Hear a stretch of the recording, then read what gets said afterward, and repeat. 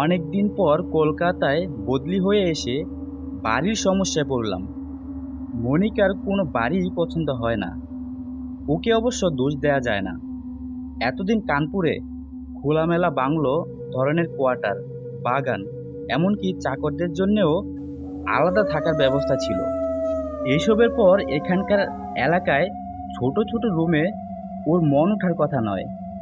আমি যখন অফিসে থাকি তখন ও বাড়ি দেখে বেড়ায়। খবরের কাগজের বিজ্ঞাপন ছাড়াও কয়েকজন বাড়ির দালালও ইতিমধ্যে জুটেছে। এইসব বিষয়ে ওর অদম্য উৎসাহ। সেদিন অফিস থেকে ফেরার সঙ্গে সঙ্গে মনিকা প্রায় ছুটেই আমার সামনে এলো।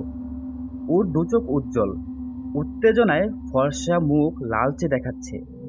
জানো, আজ একটা দারুণ বাড়ি দেখেছি, ভাড়াও ভীষণ কম। খুশিতে ও যেন ডগমগ করছে। আমি একটু কৌতূহলী হয়েই ওর মুখের দিকে তাকালাম। বাড়িটা হচ্ছে পার্ক সার্কাসে। একটু নিরিবিলিও আছে। একতলায় দুটো বেডরুম আর একটা ড্রয়িং রুম, রান্নাঘর, ভাড়ার ঘর বেশ বড় বড়।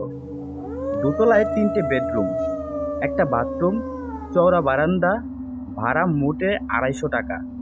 মনিকা বিজয়িনীর মতো তার কথা শেষ করলো। আমি অবিশ্বাসের হাসি হেসে বললাম, তুমি নিশ্চয়ই কোনো দুচ্চুরের পাল্লায় পড়েছো। একটা দোতলা পুরো বাড়ি 250 টাকা ভাড়া! তুমি তো অমন কথা বলবেই, একটুও গতর নাড়াবে না। বাড়িতে বসে বসে শুধু বাক্যি ছাড়বে। মনিকা বেশ উম্মাভরেই বলল। আমি তখন গৃহশান্তির আশায় তাড়াতাড়ি বললাম, আহা, রেগে যাচ্ছ কেন? আমার কথাটা আগে শোনো তো। আজকাল কত রকম মানুষ ঠকানো ধান্দা বেরিয়েছে, তা তো জানো না? হয়তো বাড়ি ভাড়া নেবার পর জানা গেল যাকে বাড়িওয়ালা জেনে সরল বিশ্বাসে টাকা পয়সা দিয়েছি সে একজন ভণ্ড জাল বাড়িওয়ালা, সে যে আমাদের ঠকিয়েছে। তখন মনিকা বলল, অত কাঁচা মেয়ে আমাকে পাওনি। মনিকা আমার দিকে অনুকম্পার দৃষ্টিতে তাকিয়ে বলল, বাড়িওয়ালার সঙ্গে দেখা করে বাড়ির দলিল আমি দেখে এসেছি। এরপর আমার আর কথা থাকতে পারে না। বাড়িটা যখন এত ভালো, ভাড়াও নামমাত্র, তবে খালি পড়ে আছে কেন এই প্রশ্ন করার মতো সাহস আমার হলো না। পরদিন রবিবার ছিল।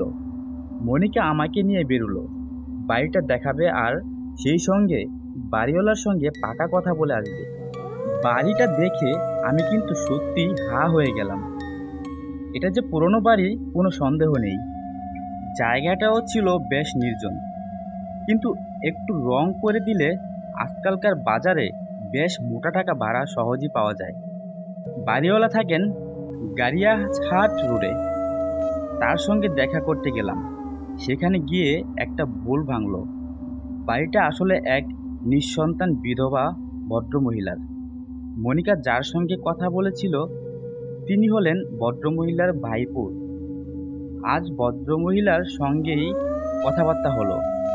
আমরা বাড়িটা নেব শুনে তিনি খুব খুশি হলেন। ভদ্রমহিলাটি বললেন, ভাড়া মাসে 250 টাকা, আর 1 মাসের ভাড়া আগাম দিতে হবে।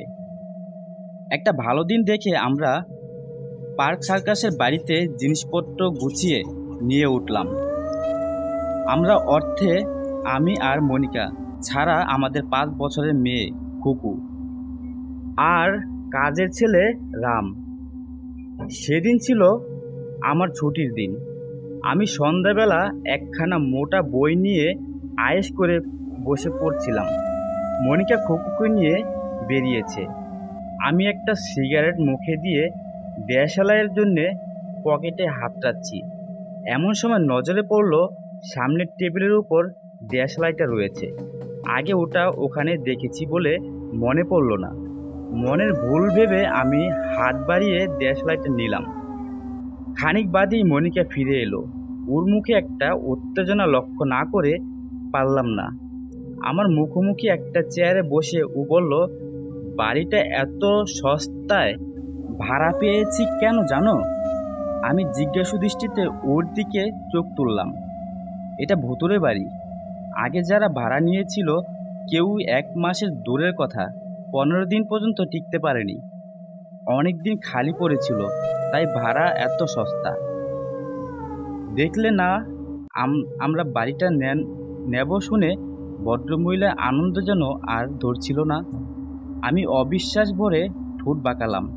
মনিকা কিন্তু সেদিকে ভ্রুক্ষেপ না করে বলে চলল, ওই মোড়ের মাথায় যে হলদে বাড়িটা, সেই বাড়ির ভদ্রমহিলার সঙ্গে আজ আলাপ হলো। ওরা এখানকার অনেক দিনের বাসিন্দা। ওর মুখেই শুনলাম বেশ কয়েক বছর আগে এই বাড়িটা ছিল বাসুদেব বাইচৌধুরীর নামে এক ভদ্রলোকের। ভদ্রলোক তার স্ত্রী আর আমাদের খুকুর মতো 5 বছরের একটি মেয়ে নিয়ে ছিল তাদের সংসার। মেয়েটি নাকি তার মা বাবার খুব আদরের ছিল, আর অত ছোট হলেও কি হবে, খুব গিন্নি ছিল। একদিন দোতলা থেকে নামবার সময় পা পিছলে ও সরাসরি একতলায় পড়ে যায়। সেই যে জ্ঞান হারিয়েছিল, আর জ্ঞান ফেরেনি। হাসপাতাল নিয়ে যাবার আগেই মারা যায়। এই ঘটনায় স্বামী স্ত্রী একেবারে ভেঙে পড়লেন। কিছুদিন পরে তারা বাড়ি বিক্রি করে কাউকে না জানিয়ে কোথায় যে চলে গিয়েছিলেন, কেউ আর তাদের খবর জানে না। বাড়িটা কিনেছিলেন আমাদের বাড়িওয়ালির স্বামী। তাদের ছেলেপুলে ছিল না। কিছুদিন যাবার পরেই বাড়িতে অদ্ভুত সব ঘটনা ঘটতে লাগলো, যাতে তারা ঘাবড়ে গেলেন। তাদের চোখের সামনে থেকেই নাকি জিনিসপত্র শূন্যে ভেসে উধাও হয়ে যেত, যেন অদৃশ্য কেউ সেগুলো হাতে করে নিয়ে চলে যাচ্ছে। ওরা বাড়ি ছেড়ে চলে গেলেন। তারপর থেকেই ভাড়া দেবার চেষ্টা করে আসছেন, কিন্তু কেউই বেশি দিন টিকতে পারেনি। অর্থাৎ 5 বছরের মেয়ে ভূত। আমি একটু বিদ্রূপ করেই বললাম। মনিকা কিন্তু আমার বিদ্রূপ গায়ে মাখল না। ও যেন গভীরভাবে কি চিন্তা করছে। হঠাৎ ও বলে উঠল, মেয়েটির জন্য আমার দুঃখ হচ্ছে। ও বোধহয় এখনো এই বাড়িতে তার মা বাবাকে খুঁজে বেড়াচ্ছে। ভূত প্রেত সম্বন্ধে আমার কোনো দিনই কৌতূহল কিংবা বিশ্বাস ছিল না। একটু পরিহাসতরল কণ্ঠে আমি বললাম, মেয়েটি সম্বন্ধে যা শুনেছ তাতে মনে হয় ভালো মেয়ে ছিল। তবে সে আগে যারা ভাড়াটে এসেছিল তাদের উপর অত্যাচার করত কেন? হয়তো তাদেরকে মেয়েটির পছন্দ হয়নি। মনিকা চিন্তিত কণ্ঠে বলল। কয়েক মুহূর্ত পরে ও আবার বলে উঠল, আমরা যদি ওকে শান্তি দিতে পারি তবে বোধহয় ও কিছু করবে না। খুকুর জন্যই আমার একটু ভাবনা। ওরই তো সমবয়সী ছিল। ছোটরা আবার অনেক কিছু অনুভব করে, যা আমরা বড়রা ঠিক বুঝতে পারি না। আমি আর মনিকার সঙ্গে দার্শনিক আলোচনায় যোগ দিলাম না, কিন্তু হঠাৎ দেশালয়ের কথাটা আমার মনে পড়ল। এখন আমার স্পষ্ট মনে পড়ছে ওটা আগে টেবিলের উপর ছিল না। আমার মন কেমন যেন খুঁতখুত করতে লাগলো। পরদিন রাত্রে আরও একটা ঘটনা ঘটল। মনিকা প্রায় হুড়মুড় করে ঢুকে বলল, জানো, এইমাত্র একটা কাণ্ড হলো। আমাকে কিছু জিজ্ঞাসা করবার সুযোগ না দিয়েই ও বলেও চলল, আমি রান্না করছিলাম, উনুন থেকে কড়াটা নামাবো বলে সরাসি খুঁজছি।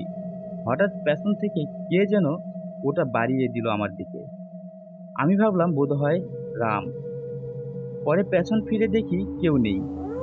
আমার কেমন একটু সন্দেহ হলো, একটু ভয়ও লেগে উঠল। রামকে ডাকলাম। ও ভাড়ার ঘরে রুটি বেলছিল। আমার প্রশ্ন শুনে অবাক। রান্নাঘরে ও নাকি আসেইনি। আমি এবার সত্যি একটু চিন্তায় পড়লাম। বললাম, খুকু দুষ্টিমি করে সাঁড়াশি দিয়ে পালিয়ে যায়নি তো? না, ও হাতের লেখা লিখছে। তাছাড়া আমি যে মনে মনে সাঁড়াশি খুঁজছিলাম তা ও জানবে কেমন করে? কথাটা সত্যি ভাববার মতো। আমি চুপ করে রইলাম। মনিকা আবার বলে উঠল, একটা জিনিস বুঝতে পারছি, ও আমাদের কোনো ক্ষতি করতে চায় না, বরং সাহায্যই করতে চায়। তোমাকে আগে বলিনি, অনেক সময় খুঁটিনাটি জিনিস দরকার মতো আমি হাতের কাছে পেয়ে যাই, যেন ঠিক কোনো সময় কোনো জিনিসটা লাগবে, বোঝে কেউ তা আমার হাতের নাগালের মধ্যে রেখে দিয়েছে। আমার মুখ ফসকে বেরিয়ে গেল, আশ্চর্য, আমি কিন্তু সহজে এ বাড়ি ছাড়ছি না। মনিকা বেশ দূরকণ্ঠী বলে উঠল, আমি বেশ বুঝতে পারছি আমরা এই বাড়িতে আসায় ও মোটে অসুখী হয়নি, বরং ওর আত্মা তৃপ্ত হয়েছে বলেই আমার ধারণা। একটু থেমে মনিকা আবার বলল, জানো, ও বোধহয় আমার মধ্যে ওর মাকে খুঁজে পেয়েছে। কত সময় আমার মনে হয়েছে যেন আমার পায়ে পায়ে কেউ হাঁটছে। হুকু মনে করে আমি ফিরে তাকিয়েছি, কিন্তু কাউকে দেখতে পাইনি। আরো কয়েকটা দিন কেটে গেছে, তেমন উল্লেখযোগ্য আর কিছু ঘটেনি এর মধ্যে। সেদিন অফিস যাবার পর সময় পোশাক পরে টেবিলের উপর থেকে পাঁচটা নিতে গিয়ে সেটা দেখতে পেলাম না। তাড়াহুড়োয় কোথায় রাখলাম ভেবে পকেট হাতড়াচ্ছি। টেবিলের ড্রয়ার খুলে সব উল্টে পাল্টে দেখছি। এমন সময় মনে হলো যেন পাশেই কচি মেয়ে খুকু করে হাসলো। খুকুর দুষ্টুমি ভেবে ফিরে চাইলাম, কিন্তু কেউ নেই। আবার ঘুরে দাঁড়ালাম, হতভম্ব হয়েই দাঁড়িয়ে রইলাম। পাঁচটা টেবিলের উপরে হাতের কাছেই রয়েছে। ও কি আমার সঙ্গে খেলা করছিল? বাপ মায়ের আদরের মেয়েরা অনেক সময় যেমন দুষ্টুমি দুষ্টুমি খেলা করে। আরেকদিন সন্ধ্যের পর আমি, মনিকা আর খুকু উপরে আমাদের শোবার ঘরে বসেছি, কিন্তু কেন জানি পড়তে ভালো লাগছে না। শীত পড়েছে বলে দরজাটা ভেজানো ছিল। হঠাৎ দরজাটা আস্তে আস্তে খুলে গেল। আমার স্পষ্ট মনে হলো যেন ছোট্ট কেউ পা টিপে টিপে ঢুকলো। তারপরই আবার দরজাটা আস্তে আস্তে বন্ধ হয়ে যেতে লাগলো। মনিকার দিকে তাকিয়ে দেখলাম ও দরজার দিকে তাকিয়ে আছে। ওর দু চোখে একটা অস্বাভাবিক দীপ্তি। খুকু কিন্তু এক মনে পড়ে যাচ্ছে। ও কিছু টের পায়নি। অনুভূতি ছাড়া আর কিছু নয়। কচি কচি পায়ে কেউ যেন এগিয়ে আসছে। মনিকাও যেন সেটা অনুভব করছে। আস্তে আস্তে ও বাঁদিকে ঘাড় ফেরালো, যেন ওর পাশে কেউ বসেছে। আমি অবাক হয়ে লক্ষ্য করলাম মনিকার সুন্দর বড় বড় দু চোখে একটা অপূর্ব কমনীয় ভাব ফুটে উঠেছে। ঠোঁটের ফাঁকে মিষ্টি মৃদু হাসি। খুকুর কথায় আমাদের দুজনেরই চমক ভাঙল। বলল, মা, আমার লেখা শেষ হয়ে গেছে। খানিক বাদেই মনিকাকে উঠতে হলো। ওর রান্না পড়ে আছে। আমি স্পষ্ট দেখলাম উঠবার সময় ও বাদিকে ফিরে অনুজ কণ্ঠে যেন বলল, আমার সাথে এসো। মাঝে মাঝে বেশ মজার ব্যাপারও ঘটত। একদিন একতলায় একদিন একতলায় ড্রয়িং রুমে আমি সোফায় হেলান দিয়ে সেন্টার টেবিলের উপর দুপা তুলে দিয়েছি। হঠাৎ অনুভব করলাম আমার ডান পায়ের পাতায় কেউ যেন কচি নরম আঙ্গুল দিয়ে সুরসুরি দিল। আমি চমকে উঠতেই কচি মেয়ের একটা চাপা হাসি যেন মিলিয়ে গেল। আর একদিন মনিকা খুকুকে নিয়ে একটু বাইরে বেরিয়েছে। ফিরতে রাত হবে। আমি একটা বইয়ে ডুবে আছি। হঠাৎ মনে হলো কেউ যেন আমার পাশে এসে দাঁড়িয়েছে। একটা কচি মেয়ের গায়ের মিষ্টি গন্ধ স্পষ্ট নাকে এসে লাগলো। মনিকা একদিন দোকানে গিয়েছিল, ফিরে এসে বলল, জানো কি হয়েছে? আমি প্রশ্ন করলাম, কি হয়েছে? মনিকা বলল, আমি দোকান থেকে হাফ পাউন্ড বিস্কিট কিনে দোকানদারকে টাকা দিয়েছি।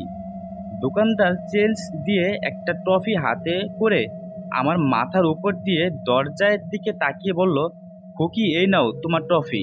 এই কথা বলার পর তারপরই একটু অবাক হয়ে দোকানদার বলল, এখানেই তো দাঁড়িয়েছিল, কোথায় গেল?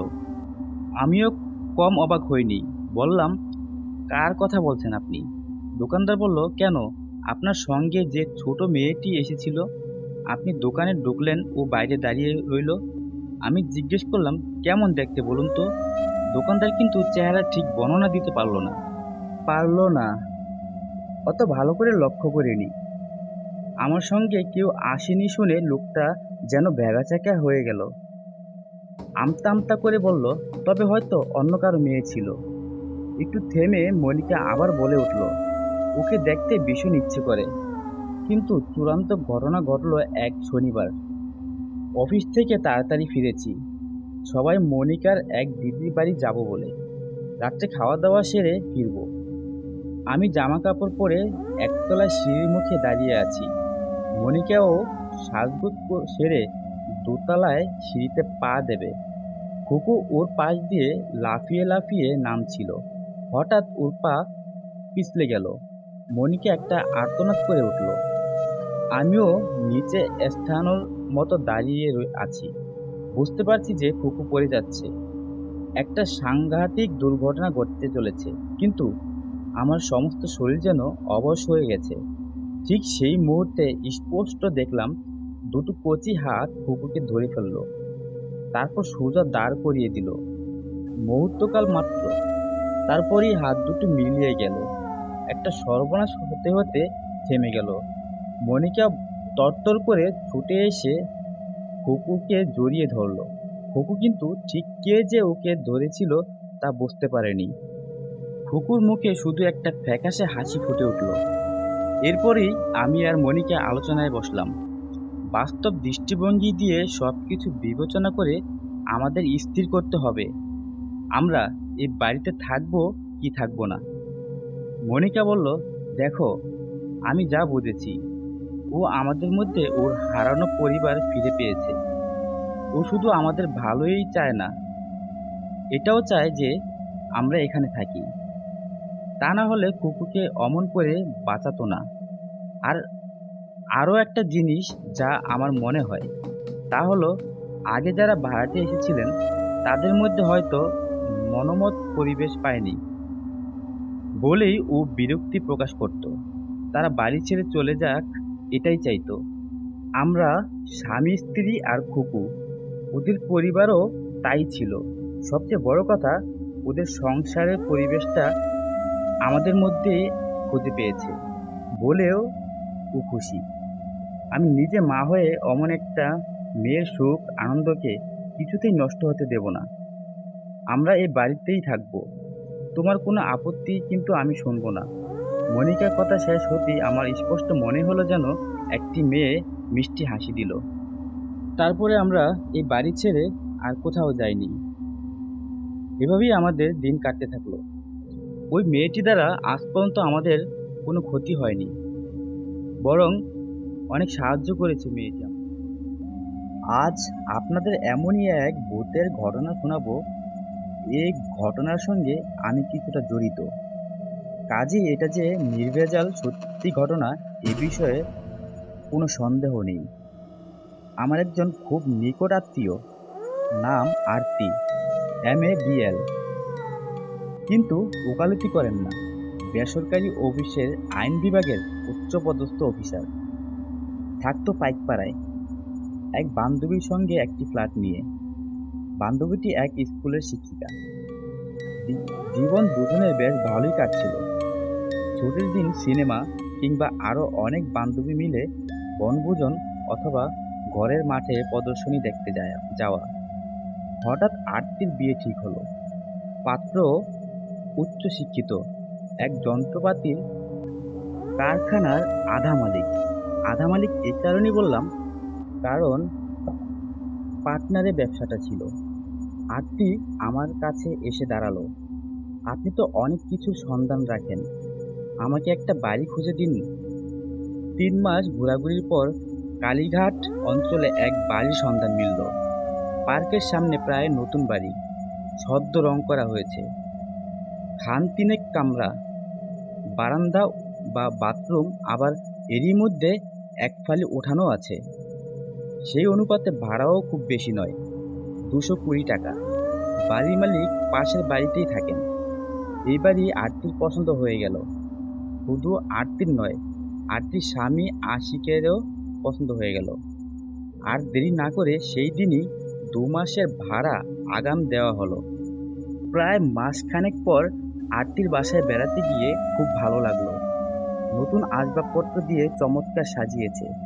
উঠানের পাশে সারি সারি টব, দেশি ফুল, বেল, জুঁই যেমন আছে তেমনি বিদেশি ফুল, ডালিয়া, পপি, হলিহকও রয়েছে। এমন বাসা খুঁজে দেবার জন্য আরতি, আশিস দুজনই আমাকে বারবার ধন্যবাদ দিল। এরপর অনেক দিন আরতির সঙ্গে দেখা হয়নি। অফিসের কাজে দিল্লি যেতে হয়েছিল, সেখানে মাস 3 কাটিয়ে কলকাতায় ফিরে গেলাম। এক ছুটির দিনে বন্ধু বান্ধব নিয়ে গল্প করছি, আরতি এসে ঢুকলো। প্রথম নজরেই মনে হলো চেহারা একটু মলিন। আরতি ভিতরে চলে গেল। বন্ধুরা বিদায় হতে আমিও ভিতরে গেলাম। দেখলাম আরতি চুপচাপ সোফায় উপর বসে আছে। আমাদের আমাকে দেখে বলল, আপনার সঙ্গে কিছু কথা আছে আমার। এরপর আমি আরতিকে প্রশ্ন করলাম, কি বলবি বল। শরীর শরীর খারাপ নাকি? চেহারাটা কেমন দেখাচ্ছে? আরতি মুখ তুলে বলল, রাতে একবারে ঘুম হচ্ছে না। সে কি, ডাক্তার দেখাওনি? নইলে শক্ত ওষুধ পড়ে যাবে যে। ডাক্তার কিছু করতে পারবে না। তার মানে? মানে বাড়িটা ভালো নয়। সে কি, স্যাঁতসেঁতে বা অন্ধকার এমন তো নয়। রোদ বাতাস প্রচুর। সেসব কিছু নয়, অন্য ভয় আছে। আমি ঠিক বুঝতে পারছি না। আরতি কিছুক্ষণ কি ভাবলো, তারপরে আস্তে আস্তে বলল, ও বাড়িতে আমরা দুজন ছাড়াও অন্য একজন আছে। অন্য একজন আছে মানে? হ্যাঁ, তাকে মাঝে মাঝে গভীর রাতে দেখা যায়। অন্য লোক হলে অন্য লোক হলে কথাটা হেসেই উড়িয়ে দিত, আর শুনতেই চাইতো না। কথাগুলো বলবার সময় দেখলাম আরতির মুখ চোখ ভয়ে ফ্যাকাশে হয়ে গেছে। সে বলল, দড়ি হাতে নিয়ে রাত্রে একটা লোক ঘুরে বেড়ায়। আমি বললাম, এরকম যখন ব্যাপার, তখন না হয় এ বাড়ি ছেড়ে দাও, অন্য কোথাও বাড়ি খোঁজ করো। আরতি উত্তর দিল, তাতে তো মুশকিল। আপনি বোধহয় লক্ষ্য করেননি, বাড়ির দেয়াল ভেঙেচুরে আমি আরো দুটো রুম বাড়িয়েছি, ভিতরে রঙও করেছি। গ্যাস বসাবার জন্য রান্নাঘরেও অনেক অদল বদল করেছি। অবশ্য এসব বাড়িওয়ালার মত নিয়েই করেছি। পাড়া থেকে মাসে মাসে কিছু টাকা কেটে রাখছি। সে টাকা সুদ হতে বছর দুয়েক লাগবে। তার আগে বাড়ি ছেড়ে দিলে আমার অনেক টাকা লোকসান হয়ে যাবে। একটু ভেবে বললাম, ঠিক আছে, আমি একবার তোমার বাড়িওয়ালার সাথে দেখা করব। তো তিনি কি বলেন শুনি। দিন দুয়েকের মধ্যেই বাড়িওয়ালার কাছে গিয়ে হাজির হলাম। সেখানে গিয়ে দেখলাম তিনি একটা ইজি চেয়ারে বসেছিল। আমাকে দেখে উঠবার চেষ্টা করলো, কিন্তু পারলো না। কি খবর? আমার কাছে হঠাৎ আরতির কাছে শোনা সব কিছু বললাম। শেষকালে জিজ্ঞাসা করলাম, ঠিক কবে বলুন তো, বাড়িটার কোনো দোষ আছে কিনা? দোষ মানে? কেউ কি ওই বাড়িতে অপঘাতে মারা গিয়েছিল? আগের কোনো ভাড়াটিয়া? বাড়িওয়ালা মাথা নাড়ল। না মশাই, এর আগে মাত্র দুজন ভাড়াটে ছিল। অপঘাতে তো দূরের কথা, এমনিই মৃত্যু করেনি কখনো। তাছাড়া এই বিজ্ঞানের যুগে মানুষ যখন গায়চারি করার জন্য চাঁদে যাচ্ছে, তখন কি সব ভূত প্রেতের কাহিনীর আমদানি করেছেন? আমি ওনার সাথে তর্ক করলাম না। অনেক বিষয় আছে তর্ক করে বোঝানো যায় না। স্থূল উদাহরণ দেওয়া যেখানে সম্ভব নয়। চলে এলাম। তারপর মাস দুয়েক আরতির কোনো খবর নেই। আমি নিশ্চিন্ত। যাক, অপদেবতার উপদ্রব আর নেই, সব শান্ত। কিন্তু আমার ধারণা ভুল প্রমাণ করে একদিন সকালে আশিস এলো। পুটরগত চোখ, বিবর্ণ মুখ, ঘোলাটে দৃষ্টি। বললাম, কি হে, শরীর খারাপ নাকি? আরতি কেমন আছে? আমার কথার উত্তর না দিয়ে অস্পষ্ট গলায় বলল, একটু জল দিবেন? জল শুধু খেলো না, মুখে চোখেও দিল।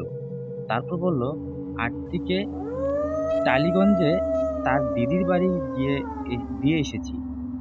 কালীঘাটের বাড়িতে আর আমাদের থাকা চলবে না। কেন, কি হলো? আরতির কাছে তো কিছু কিছু শুনেছেন। আমি কিন্তু এই পর্যন্ত কিছু দেখিনি এবং কোনো শব্দও শুনিনি। সেই জন্য এতদিন আমি আরতিকে ঠাট্টা করতাম। তাছাড়া ভূত আত্মায় ওসবের আমার কোনো দিনও কোনো বিশ্বাস নেই। কাল একটা কাজে হাওড়ায় আটকে পড়েছিলাম এবং কোনো শব্দও শুনিনি। সেজন্য এতদিন আমি আরতিকে ঠাট্টা মশকরা করতাম। তাছাড়া ভূত আত্মা ওসবে আমার কোনো দিন কোনো বিশ্বাস নেই। কাল একটা কাজে হাওড়ায় হাওড়ায় আটকে পড়েছিলাম। বাস, ট্যাক্সি কিছুই পাইনি। কিছুটা হেঁটে পৌঁছাতে পৌঁছাতে প্রায় রাত 12টা বেজে গিয়েছিল। আরতি খুব চিন্তিত হয়ে পড়েছিল। যাক, আরতিকে খাবার সাজাতে বলে আমি হাত মুখ ধোয়ার জন্য বাথরুমে ঢুকে পড়লাম। নিচু হয়ে বেসিনে মুখ ধুয়ে সোজা হয়ে দাঁড়াতেই মাথায় ঠক করে কি একটা লাগলো। বাথরুমে আবার কে কি রাখলো? একটু কম জোর বাতি, কিন্তু সে বাতিতেও দেখতে কোনো অসুবিধা হলো না। ঠান্ডা একটা বরফের স্রোত আমার মেরুদণ্ড বয়ে নেমে গেল। বাথরুমটা অ্যাসবেস্টসের ছাউনি দেওয়া, আগে টালির ছাদ ছিল। আমরাই খরচ করে অ্যাসবেস্টাস দিয়েছিলাম। উপরে দুটো কাঠের কড়ি, একটা কড়িতে ফাঁস দেওয়া অবস্থায় একটা দেহ ঝুলে আছে। মাথাটা একদিকে কাত হয়ে পড়েছে, দুটো চোখ যেন চোখের কোঠর থেকে বেরিয়ে আসতে চাচ্ছে। জিভটা অনেকখানি বের হয়ে গেছে, বোধহয় জিভের উপর দাঁতের চাপ পড়েছিল, তাই জিভটা কেটে রক্তের ফোঁটা ঝরে পড়ছে, কিছুটা দেহের উপর, কিছুটা মেঝেতে। পরনে আধময়লা ধুতি, কাঁধে পৈতে। মাথা উঁচু করবার সময় ঝুলন্ত লাশের পা আমার মাথায় ঠেকে গিয়েছিল। আমি সব কিছু ভুলে আরতি বলে চেঁচিয়ে উঠেছিলাম। আরতি আমার অপেক্ষায় খাবার টেবিলে বসেছিল। আমার চিৎকারে ছুটে এসে বাথরুমের দরজায় কাছে দাঁড়িয়েছিল। প্রথমে সে বুঝতে পারেনি, তারপর উপরের দিকে তাকাতেই ও মাগো বলে মেঝের উপর ছিটকে পড়ে অজ্ঞান। আরতির মুখে জলের ঝাপটা দিয়ে কোনো রকমের জ্ঞান ফিরিয়ে আনলাম। তারপর বাকি রাতটা দুজনে বাইরের ঘরে বসে কাটালাম। ভোরের আলো ফোটার সঙ্গে সঙ্গে প্রথমে উঠে আরতিকে নিয়ে যখন তার দিদির বাড়ি গেলাম, তখন জ্বরে আরতির গা পুড়ে যাচ্ছে, দুটো চোখ করমচার মতো লাল। আমি চুপ করে সব শুনলাম। আশিসের কথা শেষ হওয়ার পর আমি জিজ্ঞেস করলাম, আরতি এখন কেমন আছে? আশিস বলল, খুব ভালো নয়, ঘুমের ঘুরে মাঝে মধ্যে চেঁচিয়ে উঠছে। ওই লোকটা ওই লোকটাই তো ঘুরে বেড়াচ্ছিল দড়ি হাতে। আমি এখানে থাকবো না, আমাকে অন্য কোথাও নিয়ে চলো। অবশ্য আরতির জন্য খুব চিন্তা নেই, ভয়টা কেটে গেলেই ঠিক হয়ে যাবে। কিন্তু সবকিছু নিজের চোখে দেখবার দারুণ ইচ্ছে হলো। এমন তো নয় এক সময় দরজা খোলা পেয়ে বাইরের কোনো লোক বাড়ির মধ্যে ঢুকে পড়ে আত্মহত্যা করছে। সে হয়তো আত্মহত্যা করবার নির্জন একটা জায়গা খুঁজছিল। তাই আশিসকে বললাম, চলো একবার নিজের চোখে দেখে আসি। তাছাড়া তোমরা ব্যাপারটাকে ভৌতিক ভাবছো, তা তো নাও হতে পারে। পুলিশে খবর দেওয়া তোমাদের একটা কর্তব্য, তারা এসে মৃতদেহের ভাব ভার নেবে। আশিস আমার সঙ্গে চলল। তালা খুলে ভিতরে ঢুকলাম। বাথরুমের মধ্যে গিয়ে অবাক হয়ে গেলাম, কোথাও কিছু নেই, সব পরিষ্কার। আশিসকে জিজ্ঞাসা করলাম, কই, কোথায় তোমার ঝুলন্ত দেহ? রক্তের একটি ফোঁটাও তো কোথাও দেখছি না। আশিস রীতিমতো অপ্রস্তুত, সব চোখের ভুল বুঝলো। আশিস মাথা নাড়ল, কিন্তু দুজনেই ভুল দেখলাম। ওরকম হয়, একজনের ভয় আর একজনের মধ্যে সঞ্চালিত হয়ে তাকেও এক ধরনের কাল্পনিক দৃশ্য দেখায়। তুমিও দেখো না, কাল রাতে তুমি যদি সত্যি ওরকম একটা দৃশ্য দেখে থাকো, তাহলে আজ কোথাও কিছু নেই, তা কি হতে পারে? ওইখানটাই তো দেখেছিলে। মুখ তুলে উপরের দিকে দেখেই আমি থেমে গেলাম। কি আশ্চর্য, এটা তো আগে দেখিনি। কড়ির সঙ্গে একটা মোটা দড়ি রাখা, দড়িটা ফাঁসের আকারে ঝুলছে। অস্বীকার করব না, আমার হাত পা বেশ ঠান্ডা হয়ে গেল। বুকের ধাপাধাপি এত জোরে যে ভয় হলো, স্পন্দন থেমে না যায়। ও দড়ির ফাঁস তো প্রথমবার দেখিনি। আরো অবাক কাণ্ড, দড়ির ফাঁসটা অল্প দুলছে, অথচ কোথাও বাতাস নেই। বাইরে বাতাস থাকলেও বাথরুমে বাতাস ঢুকবার কোনো সুযোগই নেই। এটা যে ভৌতিক ব্যাপার নয়, কোনো মানুষের কারসাজি তা হওয়াও সম্ভব না। কোনো কোনো যুক্তিতর্ক বিস্তার করেও সমাধান করতে পারলাম না। আরতির আর ও বাড়িতে ফিরে যায়নি। ভবানীপুরে একটা বাড়ি ঠিক করে উঠে গিয়েছিল। আশিক লোকসান সত্ত্বেও এই ঘটনার প্রায় মাস তিনেক পর এক বিকেলে কালীঘাট পার্ক দিয়ে যাচ্ছি, হঠাৎ আরতির বাড়িওয়ালার সঙ্গে দেখা হয়ে গেল। ভদ্রলোক একটা বেঞ্চে বসে আছে। আমি তার পাশে বসে পড়ে জিজ্ঞেস করলাম, মশাই সত্যি কথা বলুন তো, বাড়িটার কি রহস্য? আমার আত্মীয়টি তো থাকতে পারলো না। প্রথমে কিছুতেই বলবে না, অবশেষে আমার পীড়াপিড়িতে বলল, এক বড় ভদ্রলোক ওই বাড়িতে আত্মহত্যা করেছিল, তা প্রায় বছর দশেক আগে। পেটে শূল বেদনা ছিল। বাড়ির সবাই নিমন্ত্রণ খেতে বাইরে গিয়েছিল। তখন বাথরুমে বুড়ো গলায় দড়ি দেয়। তারপর থেকে যে ভাড়াটে আসে তারাই ভয় পায়, বেশি দিন থাকতে পারে না এই বাড়িতে। আমি বললাম, গয়ায় পিণ্ডদানের ব্যবস্থা করেননি কেন? করার চেষ্টা করেছি মশাই, অনেকবার করেছি। প্রত্যেকবার একটা বিঘ্ন। বুড়োর আত্মীয়রা গয়া গিয়েছিল পিণ্ড দিতে। 3 দিন ধরে দারুণ ঝড় বৃষ্টি, ধর্মশালা থেকে বের হতেই পারল না। এরপরে আমি নিজেও একবার গিয়েছিলাম। ট্রেন থেকে স্টেশনে নামতে গিয়ে পা পিছলে পড়ে 1 মাস হাসপাতালে শয্যাশয়িত ছিলাম। পুরোহিত দিয়ে শান্তি সত্যায়নের আয়োজন করার চেষ্টা করেছিলাম, সেখানেও বিপত্তি। পুরোহিত আসনে বসবার সঙ্গে সঙ্গে ছাদ ভেঙে একটা চাঙড় তার মাথায় পড়ল। পুরোহিত জ্ঞান হারিয়ে মেঝের উপর লুটিয়ে পড়ল। ব্যাস, তারপর থেকে আর কোনো পুরোহিত আসতে রাজি হলো না। কি করি বলুন তো? সে উত্তর দিতে পারেনি। একটা কথা শুধু মনে হয়েছে, পৃথিবীর সব অবিশ্বাসী মানুষদের জড় করে চিৎকার করে বলি, যারা মনে করেন মৃত্যুর সঙ্গে সঙ্গেই সব শেষ হয়ে যায়, প্রেতজুনি বলে কিছু নেই, তারা কালীঘাট অঞ্চলের ওই বাড়িটায় রাত কাটিয়ে আসেন। বাড়িটা এখনো খালি। ঠিকানা আমার কাছ থেকে সংগ্রহ করে নিয়ে যাবেন। অবশ্য আমি ভালো মন্দ কোনো কিছুর জন্য দায়ী থাকব না। এই মর্মে আমাকে একটা লিখিত চুক্তিপত্র দিতে হবে।